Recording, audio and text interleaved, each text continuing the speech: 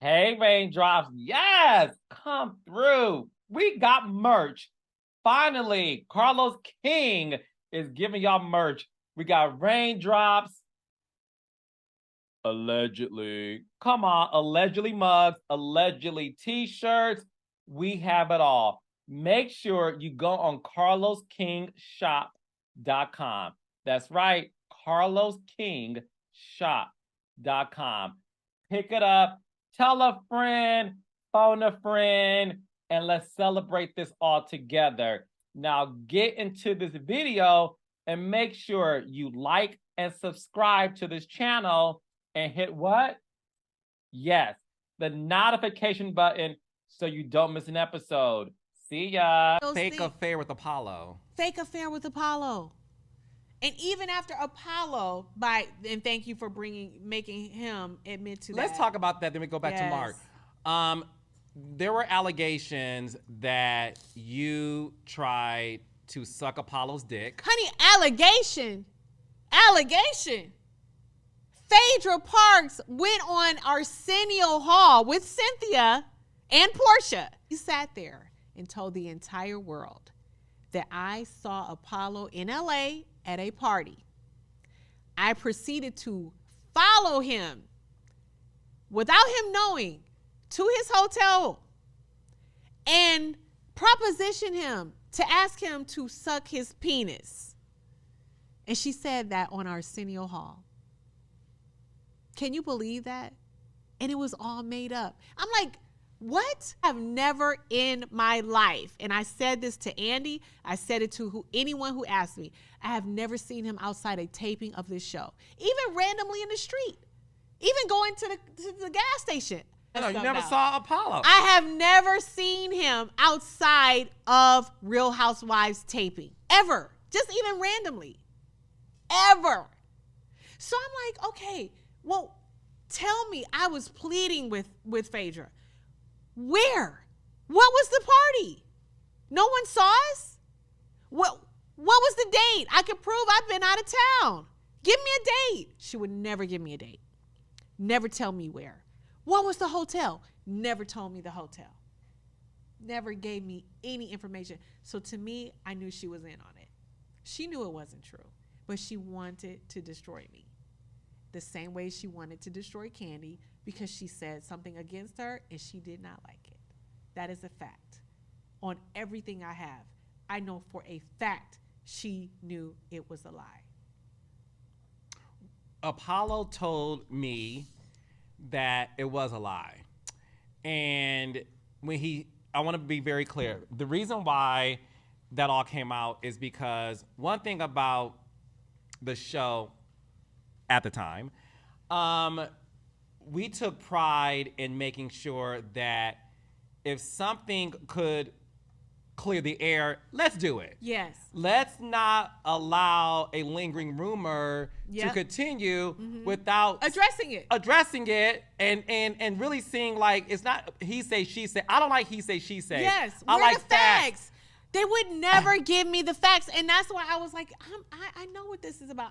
Let's not pretend I'm stupid here.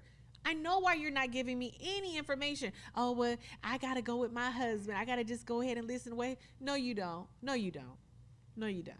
No, and he made that clear. He said it to me, and I said, "You telling me isn't going to work because I'm behind the scenes. I don't exist." In this social experiment we call the Real Housewives, right? I said, you have to tell Kenya what y'all don't know and tell me if I'm wrong.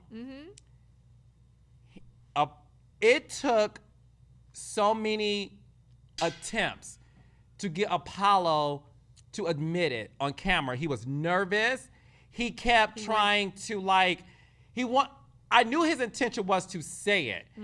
When the cameras were rolling, I said, you have to tell her. I brought you out of bar one. We were filming a bar one party. And I said, Kenya, you have to talk. I ain't talking to Apollo one-on-one. Carlos, I'm never going to do it. I don't need people to think. It was a setup. I'm trying to sleep with him. We're flirting. I don't do one-on-ones with somebody's husband. I said, Kenya, you have to trust me. He wants to reveal something to you. You said, Carlos, I do trust you. I'll do it. I brought Apollo outside. We were outside of bar 1. He was nervous. He tried to say it 10 times. He just kept. And he kept saying, I apologize for. I'm like, what are you apologizing for? I need you to say it. At this point, you have ruined my life. You got everybody out here thinking, and your wife over here on national TV telling everybody, I have offered to suck your dick. You need to say exactly what the truth is. I need to hear you say it. Yeah. Don't give me a blanket apology. I'm sorry for whatever I said or did. No, what did you do? What did you and your wife do? What did you do? Tell me. Say it. And I was not trying to hear it. Like, I walked away several times and I said, I was like, I don't have time for this. That scene aired for 5 minutes. It took over 30 minutes to get that conversation because you really wanted him to say it explicitly, rightfully so. Like, if you're going to admit it verbatim. Yes. Because everyone thinks that I'm this whore. Yep. I'm this Jezebel who wants to suck a married man. Preying on somebody out of town. And all that is so not me. And he admitted that it was wrong. And what I thought was so interesting is, although he admitted on camera, and this is the dark side of reality. Yep. There is a dark side. There's a dark side reality. People can spread a rumor, and it grows into life on its own. Yeah, people still think that it's true. I know, but the moment the facts are issued and the rumor should be dispelled because the facts are issued, people said, now that was a lie. The truth doesn't grow as fast as the lie. Never. You were vindicated. Mm-hmm. Nobody picked that up. Nobody cares. People think I told someone to spread a rumor. I was vindicated in a book through everybody. It still will chase me for the rest of my life, unfortunately. Yes. And it's interesting that it all leads down to one road. Yep. But going back to... And then later, to add insult to injury, in subsequent seasons, the same party said, well, she paid Apollo to lie. Oh, remember, yes. Remember, it was two housewives, and they were like, well, she must have paid him to help clean up her reputation or something. Yeah. No, but that was the goal from you from the beginning, is to ruin my reputation. That was your goal. So you're telling on yourself. So it was but I called it. I'm never wrong. Do you realize I have never been on the wrong side of history with these girls? Never. I've never been on the wrong side of history. Even as much as I have fought tooth and nail with Porsha, I have love for Porsha. And people think, I remember having a conversation with Andy recently, and I was like, you really think I don't have, like literally, I can look at her like she's my little sister. And truth be told, if she could change time in my head, it doesn't have to be anybody else's head, but she would have wanted me to be big sis.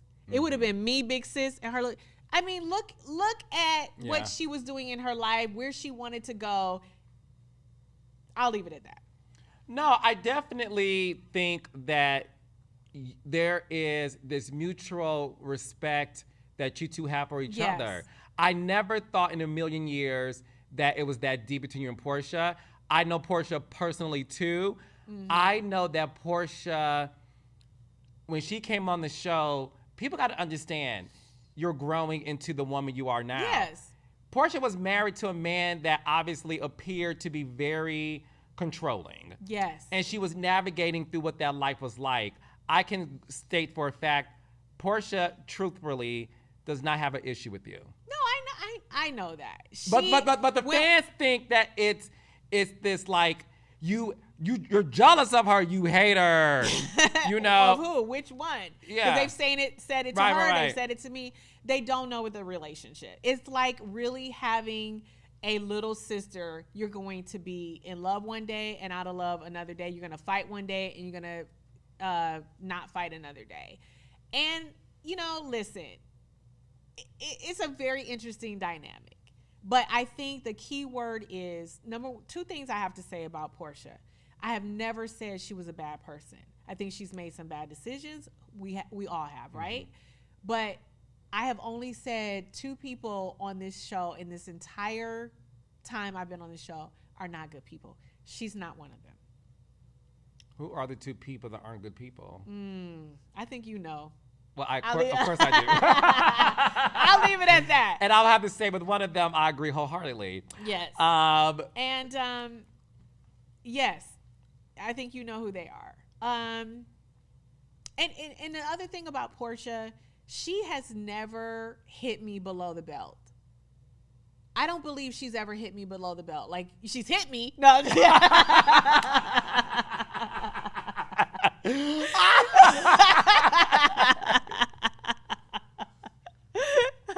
Well, she pulling my hair. Right.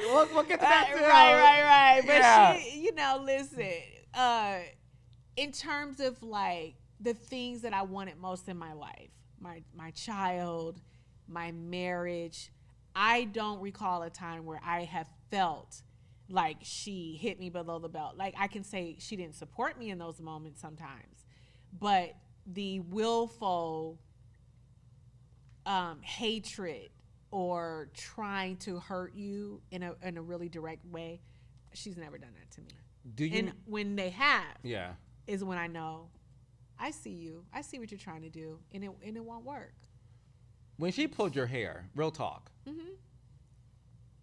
We talk about how you were in season 5, seeing the episodes air. You're disappointed with what's being shown. Is new to you. She pulled your hair. This is season 6 reunion. Obviously, it's a moment that will forever be replayed. Mm-hmm. Did it take a toll on your mental health? Oh, absolutely. Because when you live through a situation like that, like, I am a former Miss USA. What I have always said, I'm not going to be that girl fighting on TV. I will fight you with my words all day long. I don't care what anyone does to me. Don't put your hands on me. And I will do the same. And that's not what happened. And so where you think that there are limits and barriers, and, we all understand we are working here. We are not on a street corner. This is a professional environment where you should feel safe to say, air, do whatever you feel, especially in a reunion situation.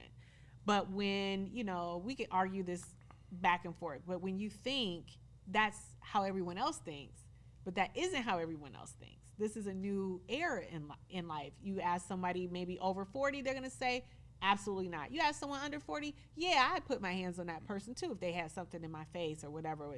It was polarizing. And for me, I never saw it being polarizing. I always saw it being one way, and that is you never put your hands on someone.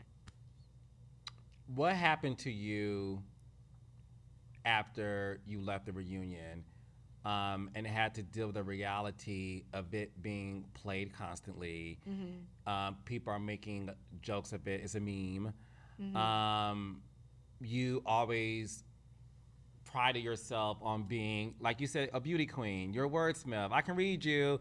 Let's fight with our words. Mm-hmm. One time you shared a story with me how you were sometimes afraid to have dinner or lunch in outdoor restaurants because you never knew when somebody walked by you and tried to mimic what happened, tried to pull your hair. Or think, they think it's funny. Yeah. So these young kids, they think those things are funny. Like you see now, people are going by snatch people's wigs off of their head like it's funny. And that can be extremely, extremely traumatizing for some people. So for me, I was definitely in that state where I was paranoid. I didn't feel comfortable being out by myself, which I always go out by myself. You see me usually in Atlanta, I'm by myself. I'm confident. I'm going to do whatever I want to do. If I want to have a drink by myself or dinner or whatever, I don't worry about what other people think. So when that happened, I just remember being in New York one time and I was outside and I remember some little young girls going by and they were yelling some stuff or, like taunting me. And I was just thinking, oh, these bitches are going to try me now. They're going to try me because they think I'm a punk. And we know I'm far from a punk. I just don't want to be that girl fighting on TV. Mm-hmm. I don't want to be a part of the bad girls club or, I just don't want to be seen like that. I didn't want to be seen like that. And now I feel like, I remember my dad saying crazy stuff to me when that happened too. So yeah, it was a bad moment, I think, for us both. And unfortunately we can't erase it, but I think I learned from that. I learned what some people's limitations are. I learned that, everyone doesn't have, everyone doesn't see the moment the same way as you. And to be fair, I believe at that time Porsha was really going through a lot that we didn't know. Remember, that was the year that the Cordell thing, the divorce. I don't think that she wanted a divorce. She didn't want to give him his last name back. It was a lot going on with her, and I think I've seen that in myself, having gone through this situation with Mark, being stifled. I feel like that is somewhat paralleled, because and that's why I felt most disappointed, because I didn't feel like she supported me when it came to my husband, because we were in the same kind of relationship where you had someone controlling you. Mark and Cordell has similarities. Yes, in our relationship. Yeah. And I just felt like you, of all people, should know that. And if you're being my friend, why are you not supporting me? Why are you letting people laugh and belittle, a marriage? Which, what she used to always say, the sanctity of marriage, how serious she took her vows. I felt the same way. This is not for play. This is my life, and this is what I've wanted all my life. And I know that she prides herself in being a wife, and I did too. It was so many things, and I wasn't supported by her in that moment. And it was really, truly disappointing, because we had come together because of our children. Again, having kids we were pregnant at the same damn time. Can you believe it? You can't make this stuff up. You can't make it up, but that's the reason why, listen, the reason why I will forever stand for you and Porsha is because on the outside looking in, I felt you had two chocolate girls fighting for position. She ain't chocolate. Now, she might be caramel. Okay, all right. She ain't chocolate, okay, now. Fine. Come on out. Two black girls. Okay. Two black girls. Two black girls. Okay. But she is not chocolate. Okay. You tried it. Come on, technical. I love you two so much, because you two, I'm gonna get so much hatred for this. You two are the last peach holders. You better say it. That cannot be replaced. Can't be replaced.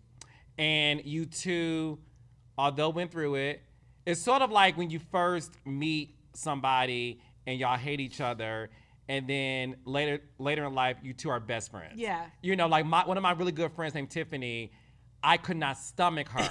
Right. But now I can't live without her. She's my girl. Right. And I feel like you and Porsha being pregnant at the same time. I miss the dynamic between you and Porsha, because I do feel like you and Porsha will have found your way, but unfortunately you're on a show where you're fighting for position, and sometimes the lights, camera, action can make you go there a little further than you would have if there wasn't lights, camera, action. Agreed. Because of the environment that you're a part of. Pushing you to do so to make good moments for TV. Yep. But you have to live with it for the rest of your life. You and Porsha recently followed each other on Instagram. And well, we had been talking, but I didn't realize I wasn't following her. So we had been talking for at least I want to say over a year maybe. But she didn't tag me on something. I was like, are you trying to be shady? Because other people noticed too. And she's like, well, no, you know Porsha. And then I looked and I was like, well, you're not blocked. And then I realized I wasn't following her. That doesn't prevent someone from tagging you. But I was like, okay, well, let me follow her. I didn't know I wasn't following her. So then that's how that happened. Yeah. Do you miss having Porsha on the show? I do. Yeah. She is, listen, like you said, to me, we broke the mold. When we became a couple, season 5, no other housewife has been able to stick. No one. They get 1 season or 2 seasons. And I'm not saying it's because they didn't deserve to stay. But it just didn't happen that way. And the ones that are staying is a big question mark. Do you feel like Drew Sidora and Sanya Richards-Ross deserve their peach? Deserved it or deserve it now?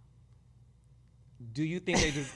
Let's have a conversation. Okay. When you learned that Drew Sidora... Well, that's the problem right there. We shouldn't, not just me. Again, back to the conversation we had before. It worked when people earned the peach. When it was, not, here you go, sign here, X here, here's your check. You know, you'll meet the girls later. My humble opinion, I'm not an executive. I agree with you. I'm not an executive. And I am one. Okay. I agree with you. I feel like that is where you weed out who has the staying power. Do they deserve the peach now? Can I have some more wine? Can I have more wine? Is this communion? Hey, he's literally gonna do it. Go ahead. Can I have some more wine, please? Ask you again. Do you think Drew Sidora and Sanya Ross deserves their peach right now?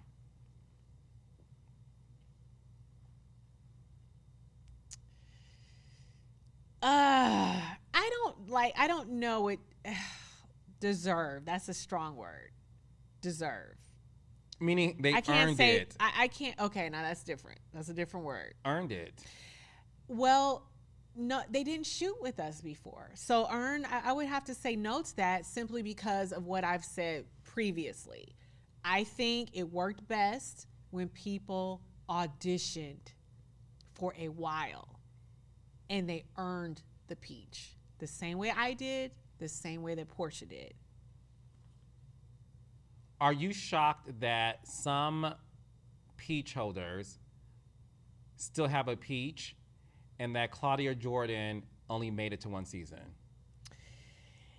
Claudia definitely deserved more than one season. Eva definitely deserved more than one season, 2 seasons. Or I can't remember how many it was. She shouldn't have been fired, in my opinion. She can read. She's beautiful. She has a great family. We're really friends, you know.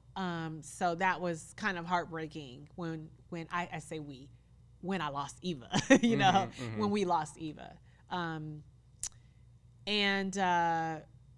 was the other part of the question? When you look at Claudia Jordan, Eva Marcel, peach holders who significantly had great seasons. Yes. Claudia Jordan only had one season. Yeah. Nene said that was one of the best reads she's ever had was with Claudia. Oh. Claudia only had one season. Mm-hmm. Eva, and I spoke to Eva before she wasn't back on the show. I said, what's going on with you? And she said, we need you back on the show, Carlos. I said, bitch, how you know? You never worked with me. She said, oh, bitch, I heard about you, ho. We need you back on the show. And I said, I need Eva from Top Model. I need WB for she brought it at that virtual reunion, though. Amazing. She was amazing. She was showing you who she really is. See, I know who Eva really is. Me too. So when she came out first season and she's being, you know, humble. I wasn't in that first season. No. When she was a housewife. Yeah. And I'm watching her and I'm like, that's not Eva. No. Like that's not Even Eva. Tyra Banks said on Watch What Happens Live. Yeah, I know. Yeah, exactly. That's not Eva. Then by the time that second season and I was involved and I was determined to hate her because I didn't like something she said or whatever. I was like, oh yeah, I'm gonna get her. And by the end of that season, I was like, that's my girl. Like I thought she was a great fit. I agree with you. Great fit. She had everything: the beauty, the brains, she could give you a tongue lashing without even batting an eyelash. You know? Yeah.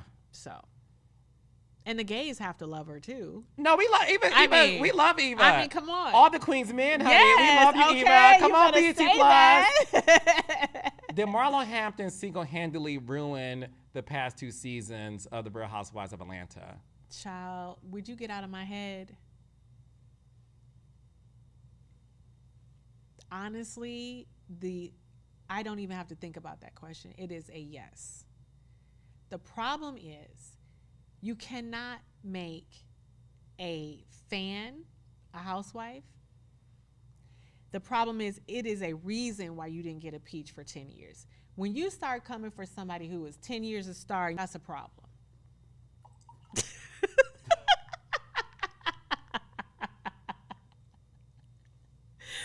That's a problem. That is a problem. When your whole existence on... Go ahead.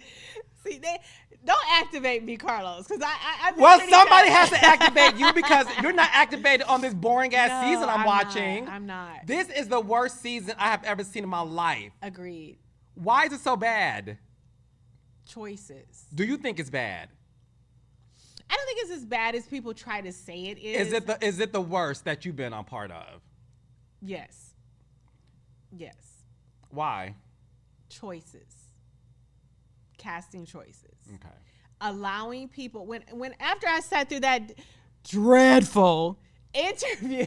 No, sorry. after I sat through that dreadful reunion last year, I was like, oh, this is what they're doing? This is what they're doing. Literally justifying why or trying to help why someone has a peach that didn't deserve it. I think that Marlo is the quintessential example of why you do not make a friend of the show a housewife. I think it was a horrible mistake. And listen, I'm not an expert at this. I can only tell you from my vantage point what works. And it's not because of a relationship that she and I have. Because, Porsha. You scared Porsha. Okay, Porsha. Nene. So don't tell me it's because of anything about a relationship with us. Because I've had worse said to me than Miss Marlo. I feel like the desperation from her reeks. And because she needs that peach. I think the power is when you don't need it. I think when you go, when I came on as a housewife, even Porsha, we didn't know what we were doing. We didn't know about we weren't fans. I mean, I know that Porsha said she was a fan of Nene and all that. I don't know how much of the show she watched, but you could tell she was her authentic self. There's no way you would sit there and say that there was, 265 days a year. No. That was you being you. Porsha is authentic. It was just being authentic. Well, not as they come. Oh! Example, Bolo. But anyway, we're not going to bring that up. We're not going to bring that up. And I'm not hating. So, we weren't there to make up and fabricate stories and seem interesting and say one thing and do another and pick fights that aren't really fights and get into issues with people that aren't really issues. We didn't do any of that. When we didn't like you, it was because you did this, you said that, and then we had it out. We didn't have an agenda. We didn't. We were our authentic selves through and through. We were a mess because we were actually a mess. Now, if she had come on, I'm just like, Tyra, we were rooting for you. Mm-hmm. We were rooting for you. Then you come on with this BS. You faking everything. Where's the house that she was building?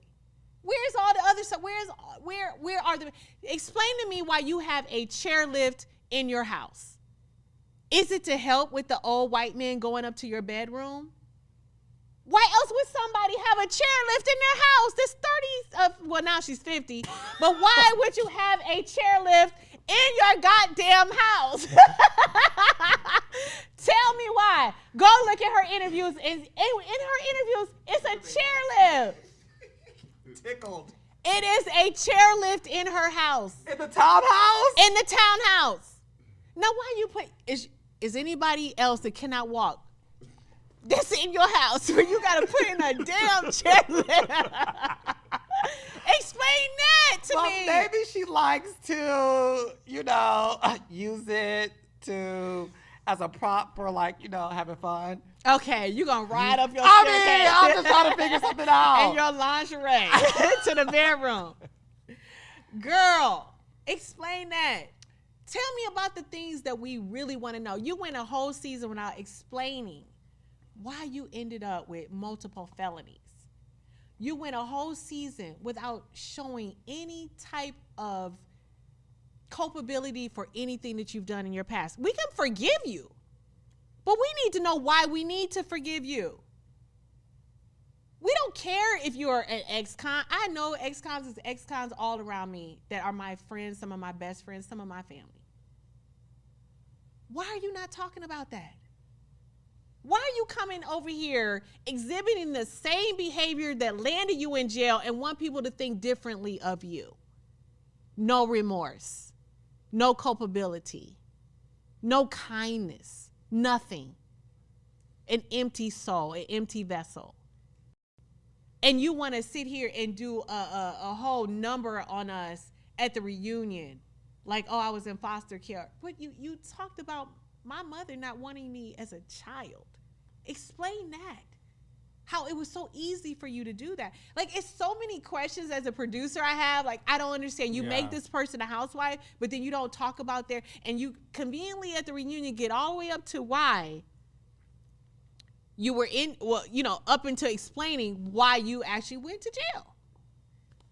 And then you still don't explain it in year 2. And you're over here 6 weeks in.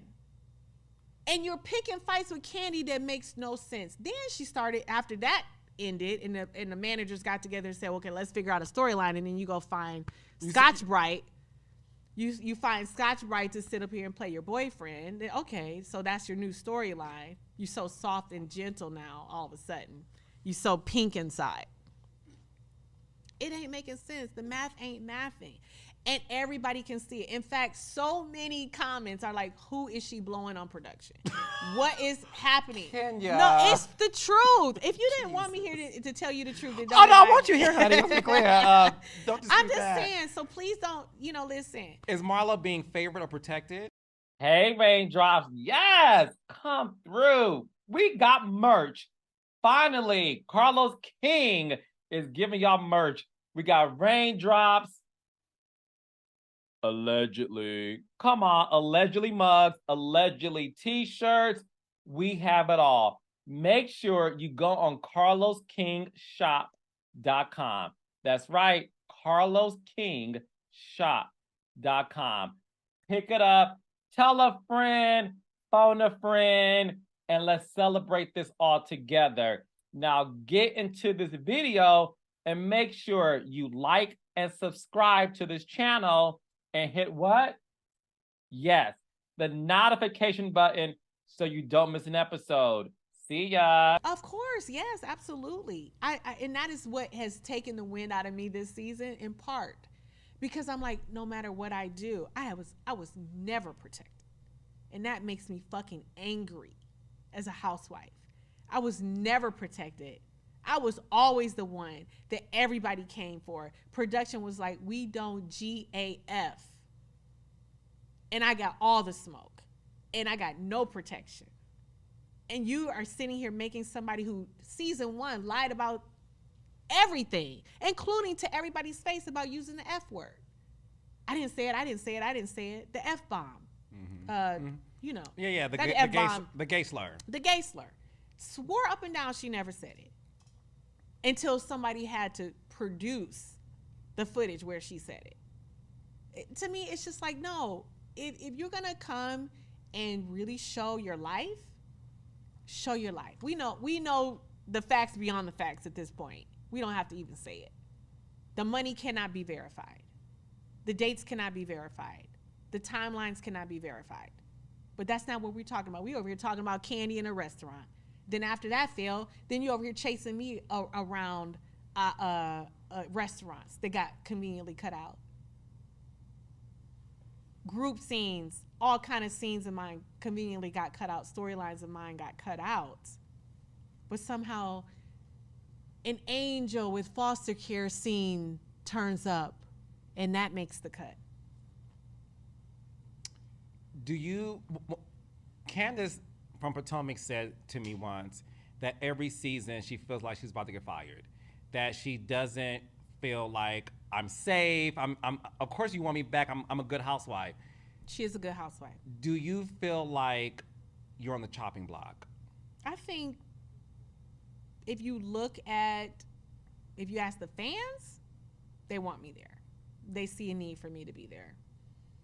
If I look at the history of how I have been treated on this show, your guess is as good as mine. But when you go out of your way, in my mind, to protect someone, the way that, the favoritism, whatever you want to call it, that's a problem. And it doesn't have to be her. It could be anyone. It would be a problem for me because you didn't do that for me. For how many seasons? I'm 11 seasons in, -1.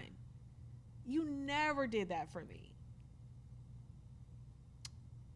So no, and what's unfortunate is you have Nene, Porsha, there's not one housewife who said Kenya wasn't necessary, is not necessary for the show. Mm-hmm. Every single housewife, your foes and your friends, have said, at the end of the day, Kenya is necessary for the show. Nene said it recently. Mm-hmm. When we watched the show, I stopped watching this season. Mm-hmm. And it pains me to say that because I remember telling one of the producers when I left, I said, call me. Call me. Help, yeah. Call me. Yeah. If you need advice, call me. Yeah. I said, because I'm going to tell you right now, no matter what I do in this world, and I'm going to do a lot, and God has blessed me with so much, the Real Housewives of Atlanta will always be associated with me.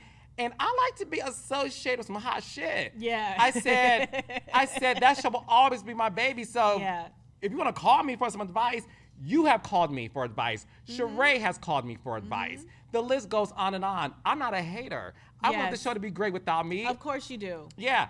When you went to the finale from the season you were off, you called me. Hey, Candy wants me to go. They think I should go. I'm pregnant. Should I attend Cynthia's event? I said, Kenya, put on your fucking dress. You did. You're going to go. I got out of my bed because you told me. Yes. Because I wasn't going to go. You weren't going to go. I convinced you to go because I said to you, I need you back on the show. It's boring without you. Come on the show. Mm-hmm. I said, if you go to this finale, I promise you'll get your peach back next week because I know how it works. Mm-hmm. You hung up for me and said, I'm going. Yeah. So I said that to say, I don't want this show to fail. This season, I had to stop watching because nothing's happening. People look lost. I saw this clip of this Courtney trying to read you, and people are like, yeah, Kenya didn't want to give her a moment. I'm like, because Kenya is like, this isn't real. She's looking for a moment. It's not real. I don't mind reading somebody, but she's the worst. It's not real. I'm going to give you a fight if you deserve a fight. But the moment she stepped on the scene, she had an agenda. It was, I'm going to make a moment. I'm going to make a moment out of this. Yeah, so Candy, bopping her head. And because, you are the most Valley girl alive. You cannot convince me that this is who you really are. But you wanted a moment. And you wanted that peach. Meanwhile, back at the ranch, you're not talking about the fact that you don't deserve to be a housewife.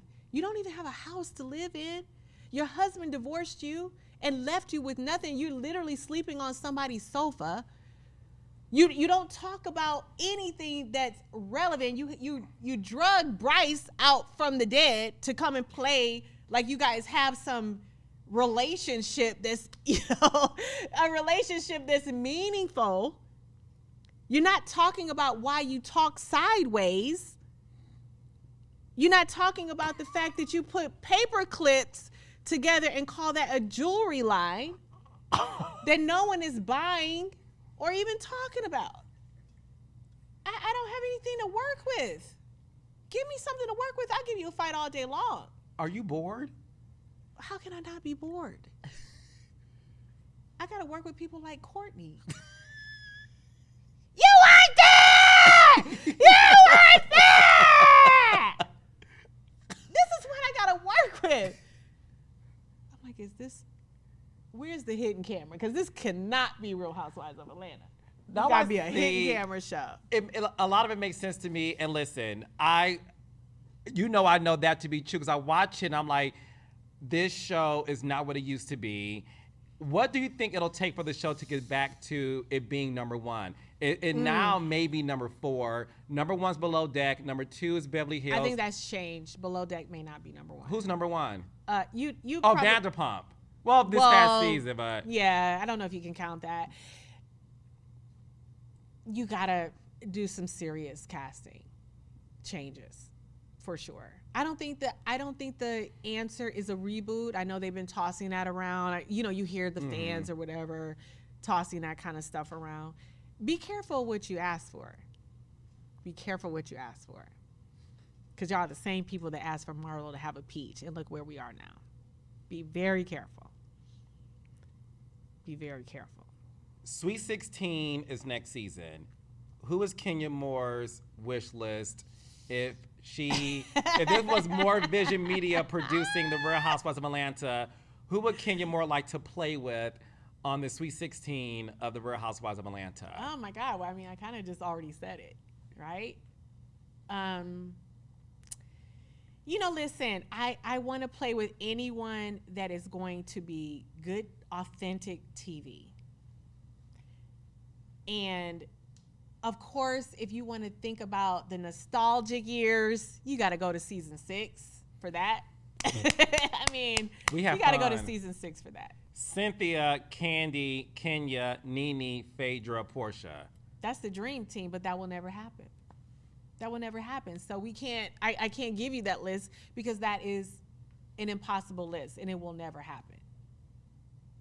So alternatively, you're going to have to give me some girls that can anchor the show. Of course, I need to be there. You need to have me activated, Kenya. I cannot be activated looking at all the craziness that's going on around me. And in fact, in Portugal, I cursed everybody out at the table. Of course, they're not going to show that. I cursed everybody out at the table. I cursed everybody out. And I say curse, I wasn't using curse words. Yeah, but why would you? Because I am sitting there looking at the fakery of it all, the dumb shit that people are doing. And I just said, you know, you guys are ruining the show. You broke the fourth wall. Yeah, I did. I said, you are ruining the show. You are ruining the show with this fake storylines, coming here with these fake beefs, manufactured drama. You're not really talking to each other. You're making it seem, you know, you're having these alliances. You're coaching the new girls. You're just clearly ruining the show. And I said it. I said what I said, to quote Nene. Why haven't we seen Aunt Lori, Brandon, your father? You see my father. My father makes an appearance, but one of my all cast at the end of the season with me opening my hair salon. Thank you, Kenya Moore Hair Care. Congratulations. Which was my business storyline. Half of it was cut out. Yeah, so my opening of my salon is not in the season. So, what? Yeah, the opening of my salon. So a lot of people, fans, complained years ago about the hair care. I'm literally building a multi-million-dollar company before your eyes, and they are not showing the steps to do that. The fact of I had plans. You know, what are the steps? How do you set up this business? I'm learning it for myself. But the great thing about this show is it can be aspirational. That is what I'm doing could be aspirational to other entrepreneurs who want to build businesses, who want to just have the courage to step out there in a leap of faith the way I did. I didn't ask for investors. I saved my shoe money. I saved my bag money. I spent it on me. I didn't ask for anything. I'm self-made. And these are the steps to building my brand. Going to a HBCU to perform at halftime and having all that like fall apart in front of me and then having to pick up those pieces and pivot. But the storyline for my salon was always there, but it's not in the season. So how can I shine if you keep dimming my light? The fans want it. The fans complain all the time. Why we want to see how these businesses are really built, not just talk about it. They want to see the inner workings, and maybe that's a boring scene to production, but to the fans, they praise those things. Well, no, see, the thing is, we see Candy build restaurants. You see what I'm saying? Yeah. We've seen Candy build a restaurant. You watch her this season making a movie. You see Candy making a movie this season. We're sitting there for 25 minutes watching a scene where they're reading lines. We see Drew making a music video. So Miss Me With is not interesting. I don't know. They never said that to me. Oh, no. I'm saying Miss Me With the whatever it is. The thing that's getting why these things. You are a force multiplier. We want to see your growth.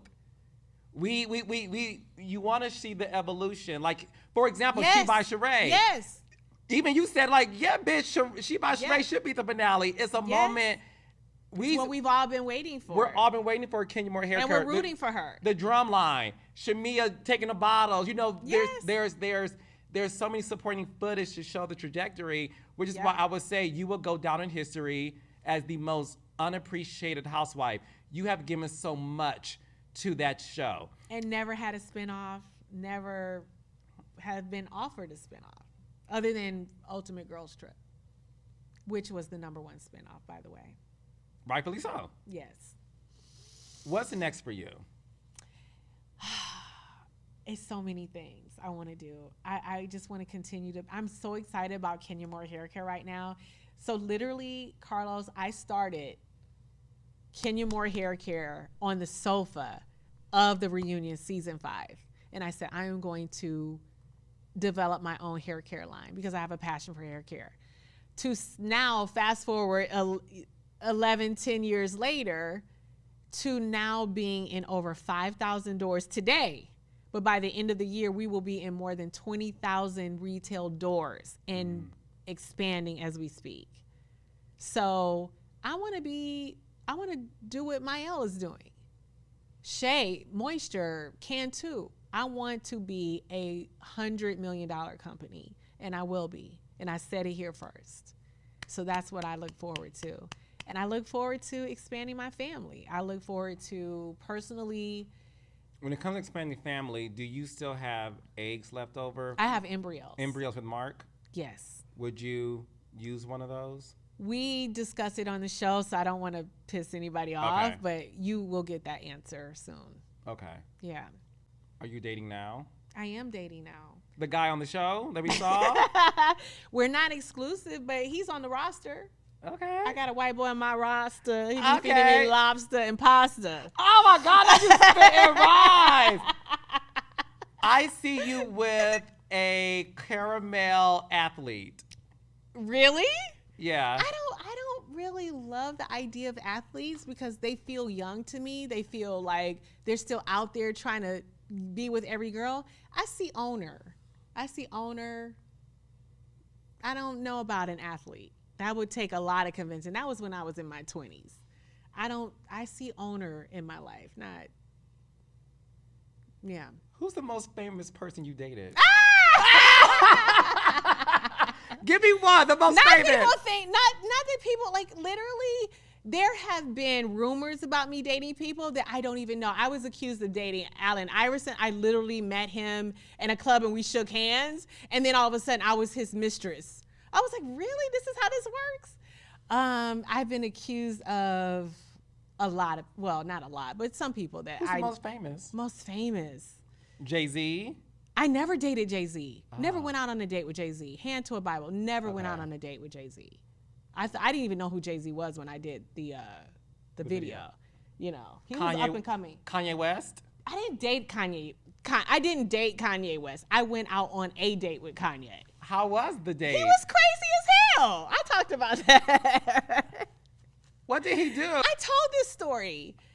I met him. He was so sweet. He would call me all the time. He was a nice guy. This was years ago. This is way before Kim Kardashian. I don't even know. This was pre-Housewives. So this had to be, I don't even know the year, 2010 maybe? I don't know. So he invited me to the studio or something, and he would call and call. I was like, I just said, okay, fine, I'll go. Like literally after 10 or 12 calls. So we ended up going. He said he had to check on something at his house. We went into his house, and it was a newly renovated house or something, but all of the furniture was covered with plastic. Like it was all new furniture, and it like was this low. It was like modern furniture, but literally the kind that's sitting almost on the damn floor. So I remember sitting there on the plastic furniture, waiting for him to go check on whatever. I'm sitting there. 20 minutes go by, 30 minutes go by, 40 minutes go by. No Kanye. I'm like, okay. I hear this noise. So it's like a TV, but I couldn't really, so I'm looking for him. Hey, so I start walking around the house looking for him. Hear the noise, follow the noise, go down into this room. And he was in the room, and then I walk in and I look on the TV and it was porn. I was like, I'm going home. Like, what the hell? Was he getting himself ready for some action? No, he was just sitting there. He wasn't like rubbing. No, okay. He was literally just sitting there watching porn. As if he was watching NFL. Yeah. And left me upstairs sitting on the sofa, and I was just like, oh, I gotta go. And that was I saw him after that, like out. But I never went out with him again. I was like, oh no, this dude is crazy. That was crazy. I have some stories. I will say that for my book. Okay, well, save it for your book. So you will do a memoir. I want to do the memoir. I have to revise it. Or rewrite it. But I have had a lot of interest in doing a memoir. So hopefully. I want to see a TV movie made of your life, and I wrote it. I want Coco Jones to play you. I love Coco Jones. Someone just asked me, that's so weird that you would say that. This is all God. I want Coco Jones to play you in a biopic of your life. I have it written. Can I produce it? It's called Invisible. You know why? Uh-huh. Tell me why. It's called Invisible? Invisible. Because you were invisible since you were a child. Yes, by my mom. By your mom, yeah, of course. Yeah. I get it. Great title, right? It's good. Yeah, it's a great, I wrote the screenplay. Well, I have an HBO documentary that was in Sundance called The Stroll. Yes. So we can contact Coco Jones and get her attached. I'll play the mom. Yes. And I don't know if I can say this, so we'll have to get permission, but I'm starring in a new movie coming out in the fall. Second on the call sheet, but I'm the star of the movie. Don't say I said that. But it is a riveting movie, and I think people will never doubt my talent as an actress again. Listen, I'm so happy for you. Thank you. I'm proud of you. Listen. Thank you. Listen to me, and listen to me loud and clear. Okay. Whatever happens in your life right now, God is setting you up for greatness. Thank you. Don't worry about nothing. Whatever's meant to be will be. I know you're going through a lot personally and professionally. Yes. What I'm saying to you is you are on the verge of something great as long as you be still and be present and stop allowing people to treat you badly when you deserve to be the prize in any room that you're in, personally and professionally. Okay? Thank you, brother. I love you. I love you more. Can you more, everybody?